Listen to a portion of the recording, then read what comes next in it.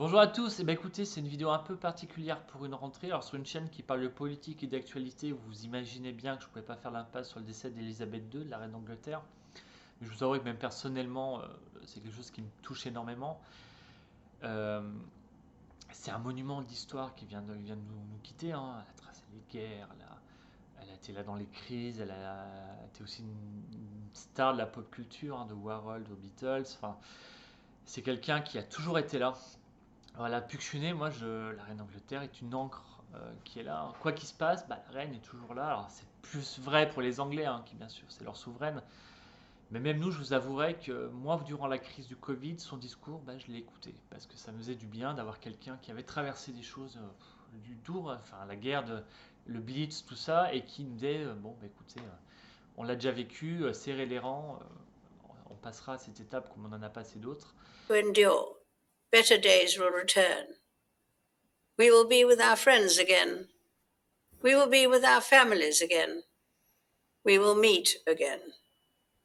But for now, I send my thanks and warmest good wishes to you all. Donc voilà, c'était un peu notre grand-mère à tous en Europe.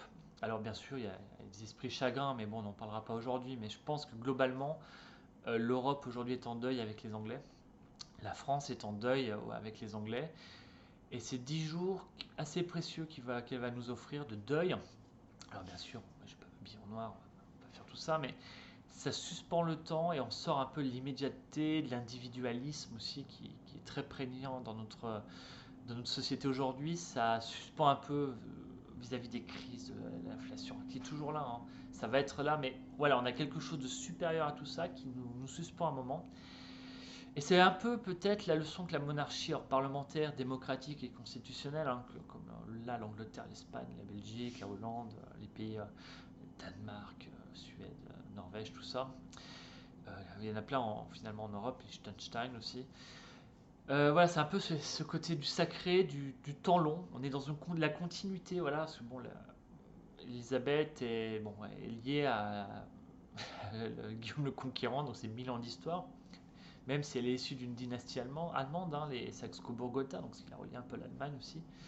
Voilà, on est dans quelque chose qui est au-delà de nos petites problématiques du personnel de chaque jour, même si elles sont toujours prégnantes, mais voilà, ça nous met dans l'histoire.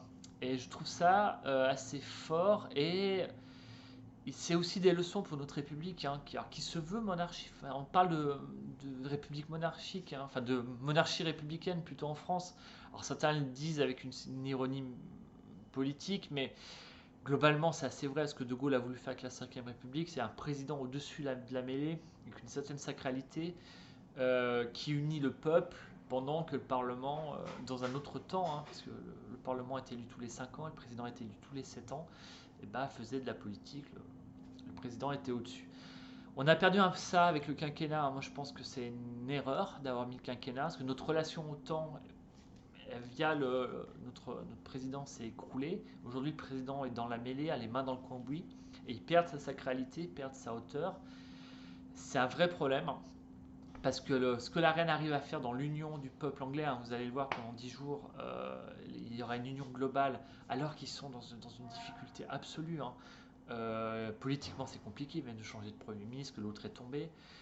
Ce qui ne veut pas dire d'ailleurs que même en étant une monarchie, la vie parlementaire est d'une violence et d'une vivacité assez extrême.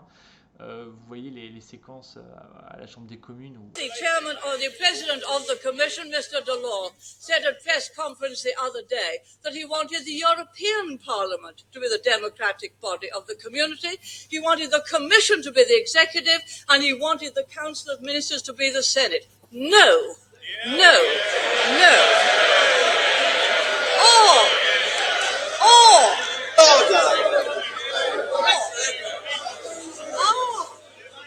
perhaps the Labour Party would give all those things up easily.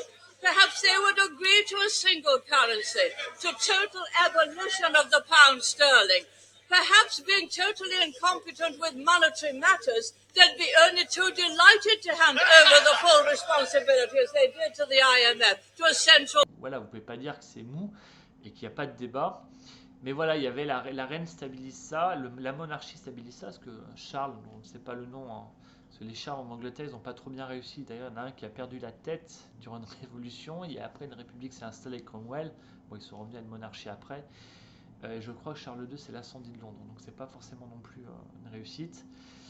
Mais bon, voilà.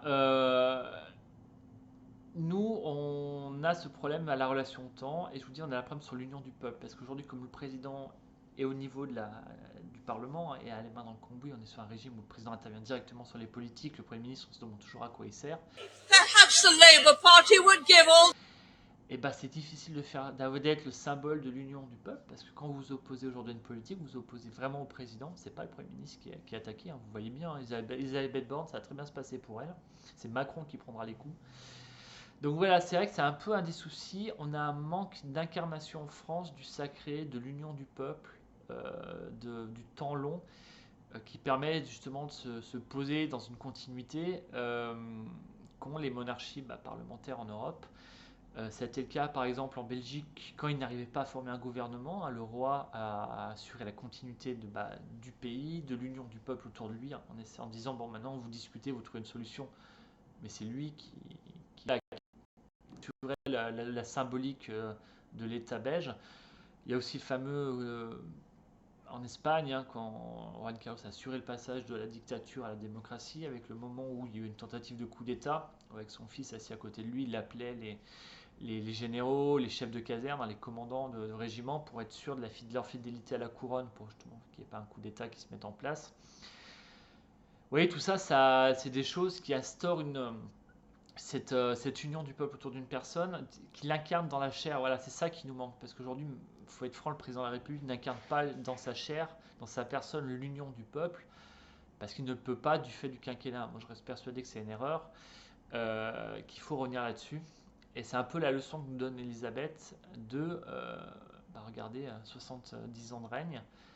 Bon, Louis XIV a encore le plus grand règne, hein, donc on n'a pas tout perdu vis-à-vis des Rospif, on a encore le règne le plus long et pas le moins glorieux. Mais voilà, c'est aujourd'hui une bonne leçon. Temps long, continuité, relation sacrée, incarnation de l'union du peuple. C'est une grande leçon.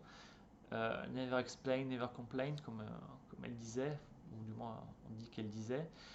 Ce serait peut-être quelque chose qu'on devrait intégrer en France. Je vous le dis, hein, pour moi, le problème, la base du problème en France, c'est le quinquennat et sa connexion au Parlement, au vote des députés, à l'élection des députés. Voilà, je ne vous parle pas de revenir à une monarchie constitutionnelle en France pour retrouver cette incarnation. Je pense qu'on peut y arriver avec notre République. Mais voilà, en faisant des changements sur les erreurs qu'on a fait, ce serait peut-être une mission d'ailleurs pour le prochain président. Allez, à bientôt.